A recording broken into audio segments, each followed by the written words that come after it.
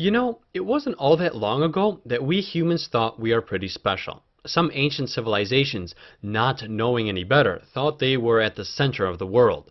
Later, humans learned that no country or civilization is at the center of the world. Of course, that didn't stop us from thinking we're special. Then we thought that the Earth is in the center of the universe.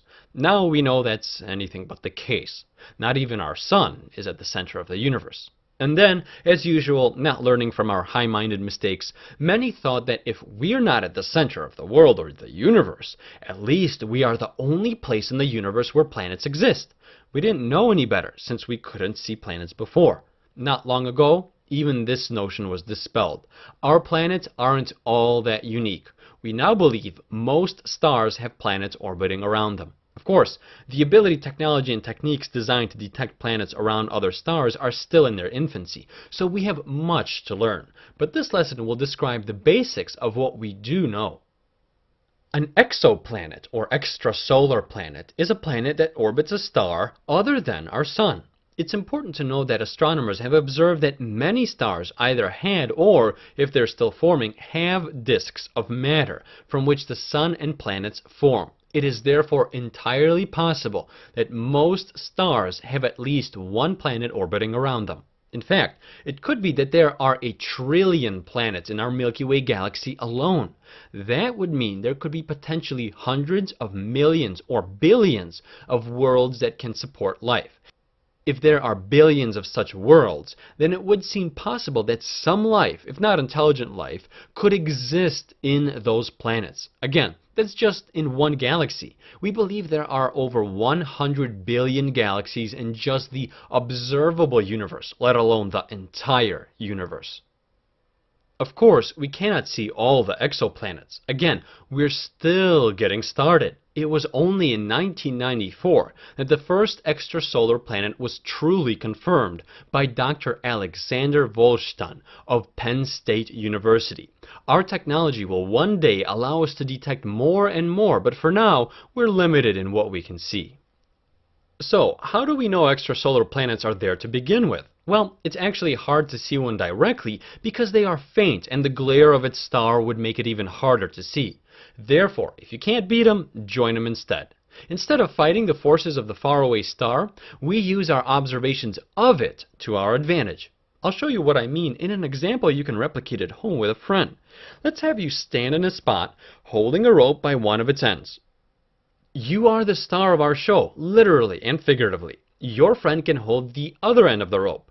They can be the planet revolving around a faraway star. Okay, now have the friend walk around you and tug gently on the rope as they do so. Not to the point where you fall down, but where you wobble a little bit as a result. This is what happens when a planet orbits around a star.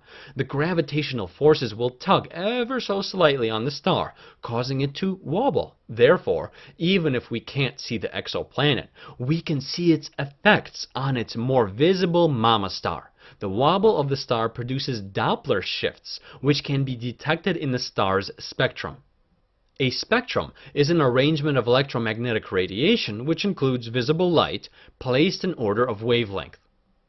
Detecting such a gravitationally induced wobble on a planet isn't the only way extrasolar planets can be found. Another method for finding an extrasolar planet involves looking for a transit, an event where a smaller object passing in front of a larger one blocks some of the larger object's light and therefore causes a change in its observed brightness. This one isn't too hard to understand.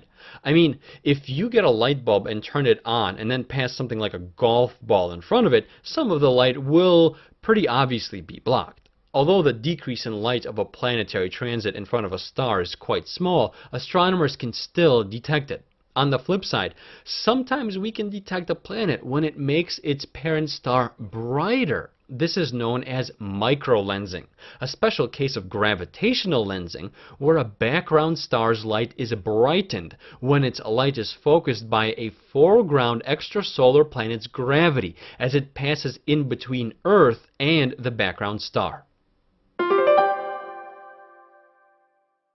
We are not alone. There may be many Earth-like planets, and there may be little green men and women in them. Who knows?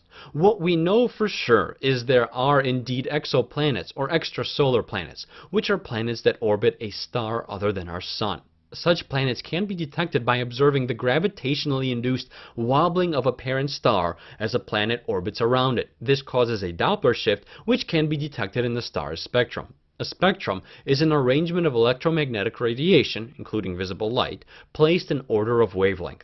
If not through this method, then an extrasolar planet can be found by way of a transit, an event where a smaller object passing in front of a larger one blocks some of the larger object's light and therefore causes a change in its observed brightness. In a smaller number of cases, microlensing has been used to detect an exoplanet. Microlensing is a special case of gravitational lensing, where a background star's light is brightened when its light is focused by a foreground extrasolar planet's gravity as it passes in between Earth and the background star.